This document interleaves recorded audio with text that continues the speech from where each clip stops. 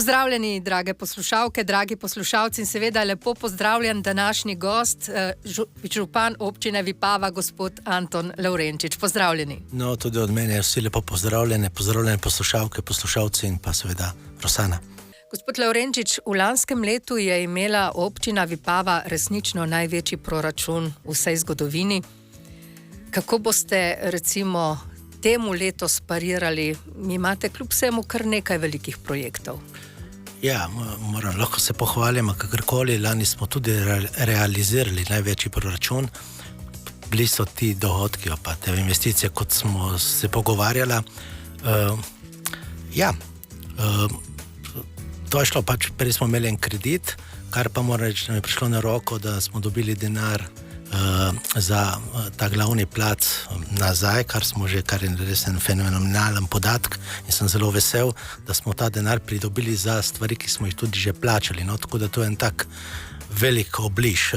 Zakaj je bil tudi največji proračun? Je bil tudi zaradi namakalnega sistema, ker smo prišli na 14 milijonov, ker namakalni sistem, kot veste, občina Ajdovščina pa Vipava, smo skupaj zainteresirani za ta projekt in da napeljamo vodo iz Vogrščka pa do Ajdovščine Vipave, in tukaj so bili noter je denar za projektiranje in to moram reči, to je denar, ki ga mi že vlagamo ta projekt in da ga bomo dobili nazaj, pa ne vem, tako da imamo en sestanek zopet na Ministrstvu za kmetijstvo, da se tukaj malo pomenimo, kdaj bo šel ta projekt oziroma če se ta denar da predobiti nazaj. Ampak če je denar prišel, to pomeni, da boste lahko tudi letos izpeljali kakšen projekt več, kot ste najprej načrtovali. No, vsekakor letos imamo tudi veliko projektov, ker me tudi, če vam povem po prvici, še eno leto nazaj zelo bolela glava, ker nisem vedel, kako jih bomo speljali. Zdaj se me malo oddahnilo, recimo tak velik projekt, ker me je skrbel, je osnovna šola v Vipavi, ker vemo vsi, da je v slabem stanju. Vse sicer, kot se pogovarjamo z ravnateljico, maska je lepa, ampak stvari nekje pokajo, predvsem streha pa fasada tam na severovzhodnem delu. In to smo naredili tudi že tak program, da bomo v 4 etapah to prenavljali. No, mislim, če rečem, to mi je en tak izziv, ker ga moram narediti in ga bomo naredili in zdaj ga bomo lažje naredili. Pa potem je bilo tudi tukaj gasilsko vozilo, cisterna, ker mu je pretekel staremu rok in smo morali v nabavo novih. Če imam eno tako vodilo, ki me vodi, so mi gasilci prvi, oni so tisti, ki rešujejo naše življenje, našo imovino, prvi pridejo na kraj nesreče in tam smo rekli, pri teh ne bomo šparali in tudi to vozilo smo nekako dali proračun in ga bomo nabavili. Tako da je kar nekaj takih projektov, ker so me skrbeli, ampak zdaj mislim, da malo lažje dihamo. Pa tudi glavni trg bo šel nadalje v obnovo. Zdaj glavni trg je tako, moram povedati po prvici vsem Vipavkam, Vipavcem pa občanom. Ja, moj interes je, da ga enkrat končamo, normalno, se imamo tudi že načrte, ampak vse to je vezano, veste, na razpise. Čakamo kakšen dober, ugoden razpis in bomo šli. Zdaj kar tako iz proračuna, kakor se je do zdaj delalo, tega na občini Vipava ne bomo več delali. Jaz sem zato, da imamo čim več projektov in potem čakamo ali evropski ali državni razpis in tako bomo delali tudi naprej. Mogoče bi naštela tiste, ki so najpomembnejše, najbolj zanimive, največje finančno? Ja, največje finančno tako breme, oziroma kar smo se rešili tega bremena, je bil zagotovo glavni plac, tam je bil preko 3 milijone investicija in to smo zdaj nekako spravili pod streho in moram reči, da se tudi meni odvalil velik kamen. Potem so bila kanalizacija, manjše lože, tudi tam preko 2 milijona, tudi greh koncu bomo imeli otvoritev septembra, smo finančno nekako zaprli vrtec, tudi iz 800 tisoč smo prišli na 1,600,000, ampak smo imeli že otvoritev in sem vesel, da tudi vzgojiteljice vsi so zelo veseli. Mislim, da smo pridobili eno veliko in pomembno stavbo v naši občini, katero smo lahko ponosni in jaz sem, ker to so vsekakor naši malčki in za njih moramo najbolj poskrbeti in smo tudi dolžni, da za njih poskrbimo. Taka investicija, potem nekaj je bilo tudi mlajših igrišč tam v Vrpolju, pa Pa nekaj smo pa asfaltirali, hiša zdravljica in tak projekt, ker smo tudi letos končali. Sicer je bil tukaj evropski denar iz Biruca, ker smo že dosti govorili, ampak ja, tudi ena lepa stvar v Podnanozu, ki je končana, ker sem nastopil mandat, je bila tam ena hiša, taka, bom rekel, prav tista razvalina in potem smo vsi sosedje, sej boš to zrihtal to hišo in sploh nisem vedel, kje bomo dobili denar in se nam je posrečilo in smo zdaj to naredili in je nekako bo začela obratovati. Je že, ampak še nekaj tehničnih stvari bomo, ker bomo to uredili in bo začela delati. Pa take stvari, potem ta vinski muzej smo uredili oziroma vinoteko v našem Lantjerjevem hramu. Pa Leonarda smo pripeljali v Vipavo, kjer je tudi bil dokazano nekaj dni in mi je tudi en tak velik ponos, da smo mu dali tisto čast v Vipavi. In še raznih takih stvari. Pa vodohran končno v Gočah smo napeljali, da imajo ljudje normalno vodo, normalen pritisk, da ne niti ste bojazni, kaj bo poleti. In enih takih stvari, saj to so bili tiste večje stvari, pa gledamo cesto gor izpod Nanoza proti Nanozu. No, mislim, da so ne take stvari, na katere sem ponosen in tudi, če se zdaj vprašam, odkje nam finance, da smo to naredili, moram reči, da sem res, fajn mi je, da smo to naredili in vem pa, da še dosti stvari za narediti. Gospod župan, občina Vipava pravzaprav glede na vse, kar se dogaja, potrebuje stanovanja. Stanovanjska gradnja je bila že večkrat tudi načrtovana, pa se ni izšlo. Kako in zakaj? In kako naprej? Ja, to je dobro vprašanje.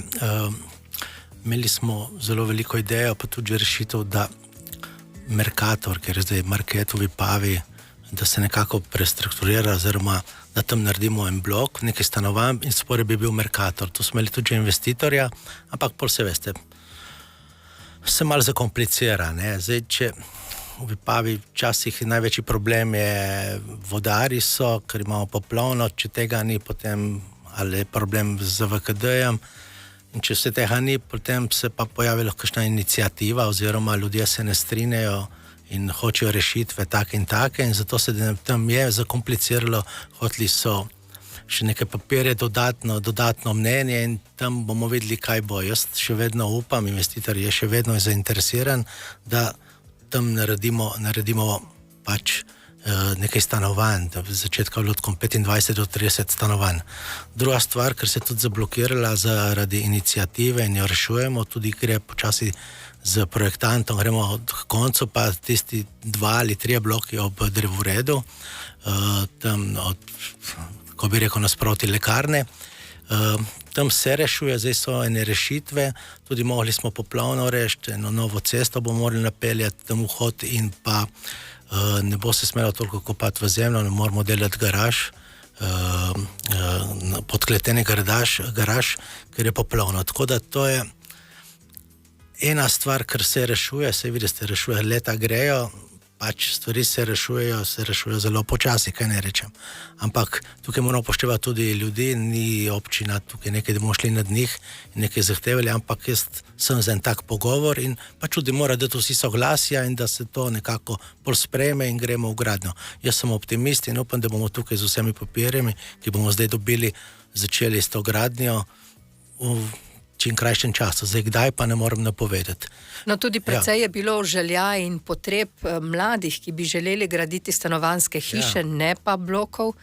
No, tudi ena od naših poslušalk sprašuje, kdaj bo sprejet občinski prostorski načrt, ki predvideva, tukaj pravi že kar preko 400 dodatnih predlogov. Ja, no, to tudi bom rekel, fajno vprašanje, ker ga tudi rešujemo in tudi meni, ne vem, ali naj rečem, gre prepočasi, ne vem, če sem jaz to kriv. Mi tukaj forciramo, da bi bil ta OPN 7 čim prej sprejet.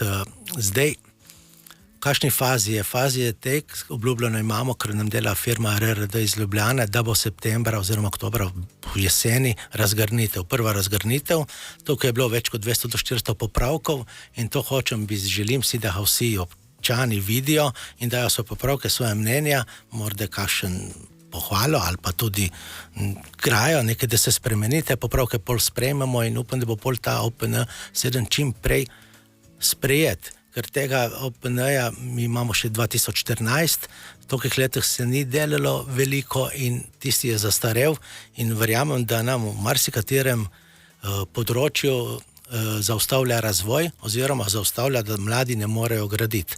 Jaz si želim ta OPN, da bo čim prej sprejet, delamo na tem in kolikor imam zagotovljeno, ne bi bil malo po novem letu tudi sprejet oziroma tisti dokončan ali, če rečem drugače, prečiščen. In ker bo enkrat to, mislim, da bomo drugače zadihali, bomo vedeli, zakaj se gre in bomo na eni drugi poti, ker zdaj, da nekaj ne obljubljamo, pa ne naredimo nič na tem. No.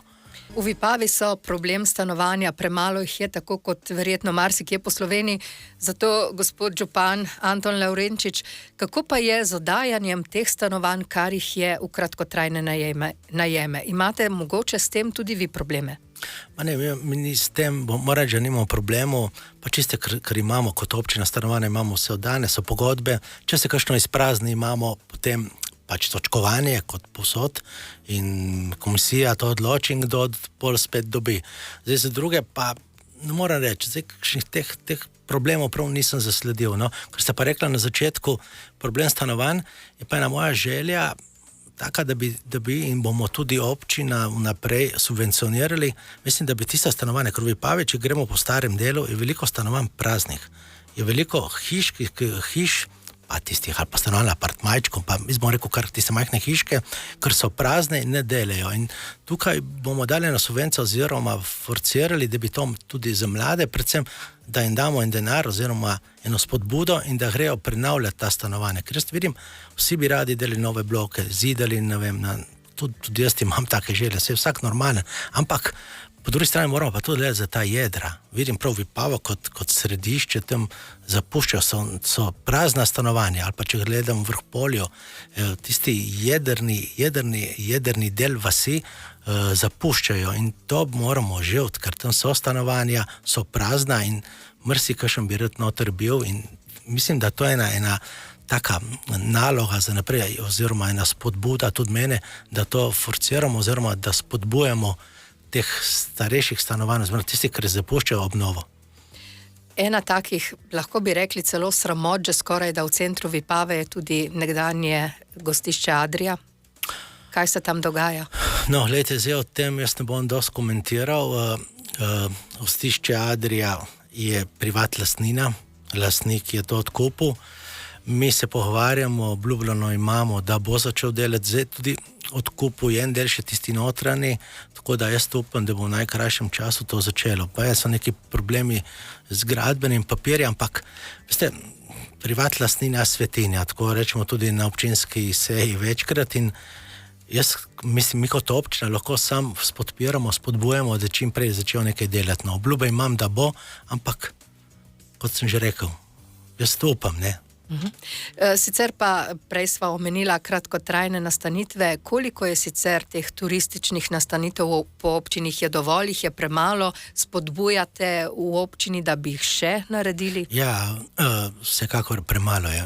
Če rečem in se malo pohvalim, turizem nam rase. Ne? Če gledamo lansko leto skoraj 9% na prejšnjo leto in letos kažejo podatki še boljše na lansko leto. Tako da je, pa tudi vidi se vedno večje ljudi.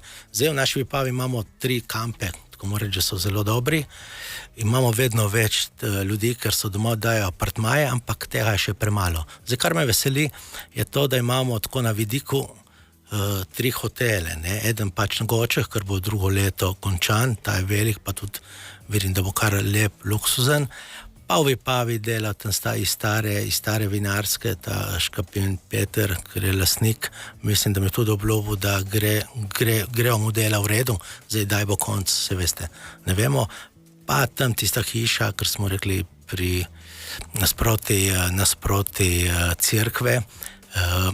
Tako da, ja, to rabimo, smo premajhni tukaj in tu si želim, da bi bilo čim prej. Imamo še drug problem, imamo tudi študentov polno v Vipavi, ker pridejo iz cele Evrope, pa celega sveta, pa se tudi iz Afrike in rabijo stanovanja. Ne? In to je tudi en tak problem, ampak ta problem je nekako od oktobra do junija. Ne? Imate pa še en velik problem, na katerega opozarjajo non-stop svetniki na vaših sejah in to je kampiranje na črno ob reki Vipavi. To pa je tak problem, predvsem so problem avtodomi in to, zdaj bom rekel problem. Tukaj smo imeli na seji tudi zelo zanimivo debato. Je problem in istočasno pa moramo biti gostoljubni. Pač vedno govorimo, da je Vipava turistična destinacija, da bomo privabljali turiste in zdaj se moramo odločiti, ne? Ali jih bomo takoj nekaj začopatili, oziroma ker gremo okrog po drugih krajah, da takoj si jezen, ker moraš plačati nekaj, ali jih pustimo in potem malo kasneje to naredimo. To je tako, bom rekel, vse je dobro vprašanje, ampak bila je na prejšnji seji debata o tem, da bi sprejeli prav en odlok o kampiranju oziroma o predvsem teh črnih kampih oziroma avtodomih, kjer parkirajo, da bi nekaj naredili, ampak nismo dobili večine in zaenkrat tega odloka nimamo in pustimo tako naprej. V Vipavi se lahko še vedno brezplačno parkira, kaj ne? Ja, no, ker ste že prej omenila tudi. V Vipavi se brezplačno parkira. Nekateri smo prav na zadnji seji tudi rekli, se bojiš volitev, ne vem kaj. Ma ni res. Lejte, jaz bi rad naučil zaenkrat, da ker delijo te naši stavbe, ki hodijo v Vipavo delati, da parkirajo ali v gimnaziji, tam na tista parkirišča bo avtobusni postaj ali pa na Frnaži. Toliko je prostora, ampak nobenemu, vse sem tudi eden izmed takih, nobenemu se ne da hoditi in vsi parkiramo točno v ta center, čim bližje centru. Ampak zdaj to, če gremo mi tukaj, ima denar ljudem, veste, kdo pride v Vipavo? Ker prijo po nakupih, ali pa tako prijo največkrat iz vasi, ali prijo iz Podnano, Zagoč, Vrhpolja. In zdaj te starejše ljudi, ne jih zdaj to forciram, ne jim jemljamo denar, da če bo si prišel kupiti kruha, ali če bo prišel dnevno kavo v center, da bo plačal. In tu predvsem se bojim, namaram, da plačujejo naši ljudje, naši občani. Vse vem, da je tudi vedno večje turistov, ampak turisti so bolj kulturni. Oni parkirajo na te večja parkirišča in so tam. Tu je bolj problem nas samih. Ne? Vsekakor pa dolgoročno bomo odšli ta Easy Park, ker je dogovorjeno, ampak zaenkrat dajmo se še malo naučiti, bomo dali malo prostora, malo časa še našim občanom, da nekako oni sami tu zakopčejo in tako res ne bi rad svojih občank in občanov takoj nekaj tam obdavčil, če pride v Vipavo in tako gleda nakupno. In to je vic vsega tega parkiranja v Vipavi. No, še eno vprašanje je prišlo za vas, gospod Lavrenčič. Katja sprašuje, v kakšni fazi je pravzaprav, lahko bi rekli, obnova otroških igrišč po Vipavski občini. Izpostavila je problem igrišča v Vrhpolju. Ja, zdaj mi smo se nekako zadali na občini, da vsako leto eno igrišče obnovimo. Lansko leto je bilo igrišče v Vrhpolju, ker je obnovljeno, je lepo, pa tudi nogometni turnir smo imeli in sem bil tam in je bilo zelo prijetno. Letos se bo delalo na Lozicah in tako naprej. Od zadaj z Vrhpolskim igriščem, ker je lepo obnovljeno, je pa še otroško igrišče. To so igrala in mi je prav pokazal tam sosed, pa tudi predsednik krajevne skupnosti Bajc, da je problem, je nevarno in videli smo. Zdaj tako, mi imamo namen nova igrala, vsekakor smo se zmenili, tudi vemo, kje bi ta denar lahko dobili. Druga stvar pa je, smo se tudi ena izmed varianti, ampak moramo se zmeniti, koliko bi to bilo, da bi tudi en pripravljen Vaščan ta igrala zaenkrat obnoviti in jim podaljšamo življenjsko dobo za nekaj let. Tako da med temi dvemi malo kolebamo in mislim, da bomo to zdaj prav res v najkrajšem času se zmenili in da gremo. Jaz mislim, da saj zaenkrat bi lahko šli do novega proračuna, da on to obnovi in da bo lahko še nekaj časa tako zagotovilo. Ampak tudi otroška igrišča obnavljate. Mislim, da letos ste to v vrtcu pa... Ja, v vrtcu pa tudi v Vipavi. Zdaj bomo delali otroško igrišče tukaj pod občino. Tu imam pa res veliko vprašanj od tem, predvsem staršev, ker že včasih je bilo tam otroško igrišče in bo tudi, sej tu vemo, že od obnove glavnega placa vemo, da tam bo otroško igrišče, ampak kaj je bilo?